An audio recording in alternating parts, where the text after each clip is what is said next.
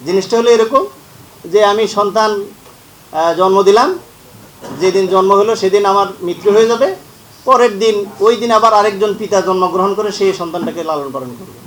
এখন 12 তারিখে যেই পিতার জন্ম হলো সেই পিতা আর এই সন্তানকে এখন স্বীকার করে। এমন একটা চরম পরিস্থিতির মধ্যে বাংলাদেশের গণভোটটাকে দিয়ে দেওয়া হয়েছে। এই জন্য আমার মতামত হচ্ছে আমাদের এটার জন্য এই অন্তর্বর্তীকালীন সরকার যেমনিভাবে দায়ী, এই সরকারকেও আসলে আমাদেরকে বিচারের আওতা আনতে হবে। 2 নম্বর বিষয় হচ্ছে এই গণভোটের বাস্তবায়ন সহ আমরা আমাদের এই জাতি মারাত্মক ধরনের একটা প্রতারণার মধ্যে আমরা বরাবরই আছি। প্রতারণার শিকার হয়ে যেমনিভাবে ফেসিবাদ আমাদেরকে শাসন করেছে, ঠিক তেমনিভাবে একই ধারাবাহিকতায় প্রতারণা থেকে আমরা বাঁচতে পারছি না, আমরা প্রতারণার শিকার হচ্ছি। প্রতারণার শিকার হওয়া কিন্তু একজন ভালো মানুষের কাজ না।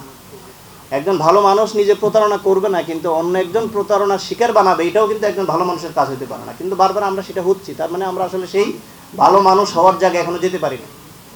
এই জন্য প্রতারণা যেন আমাদের সাথে আর কেউ করতে না পারে সেই দিকে আমাদেরকে নজর দিতে হবে।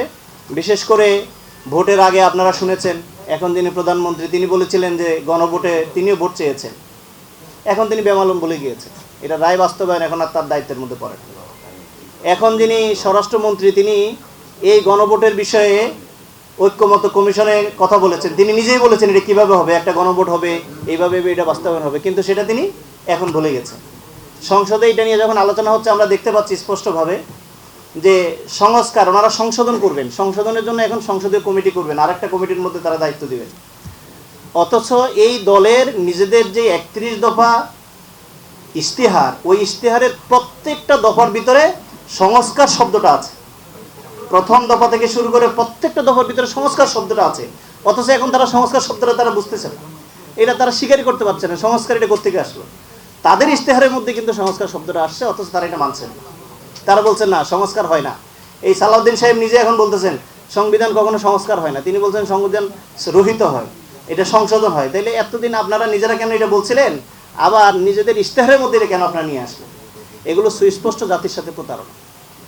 সর্বশেষ প্রতারণা হচ্ছে এখন সালাউদ্দিন সাহেব সহ সরকারের প্রধানমন্ত্রী, যিনি গতকালকেও বলেছেন যে আমরা প্রতিটা বাক্য যেটা তিনি আগে শিখেছেন সালাউদ্দিন সাহেবের কাছ থেকে, তিনি বারবার বলতে বলতে এই নিয়ে আল্লাহর রহমতে তিনি এটা মুখস্থ করেছেন যে আমরা প্রত্যেকটা বাক্য এবং প্রত্যেকটা শব্দ আমরা এটা বাস্তবায়ন করবো। এটা আরেকটা সর্বশেষ প্রতারণার কথা ওনার মুখ থেকে আমরা পেলাম।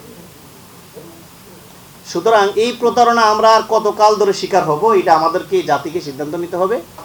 আমাদের মনে হচ্ছে যে আমাদেরকে বাংলাদেশের আসলে ইতিহাস এটাই যে কোনো বড় অর্জন আমরা কোনো আন্দোলন সংগ্রাম রক্ত জীবনের বিনিময় ছাড়া আমরা পাইনি।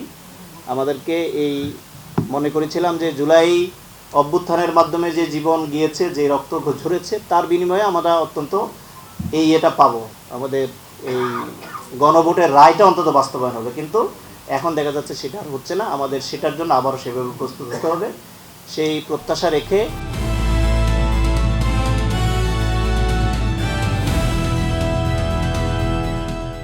পুট টিভি, মানুষের জীবনের কথা বলে।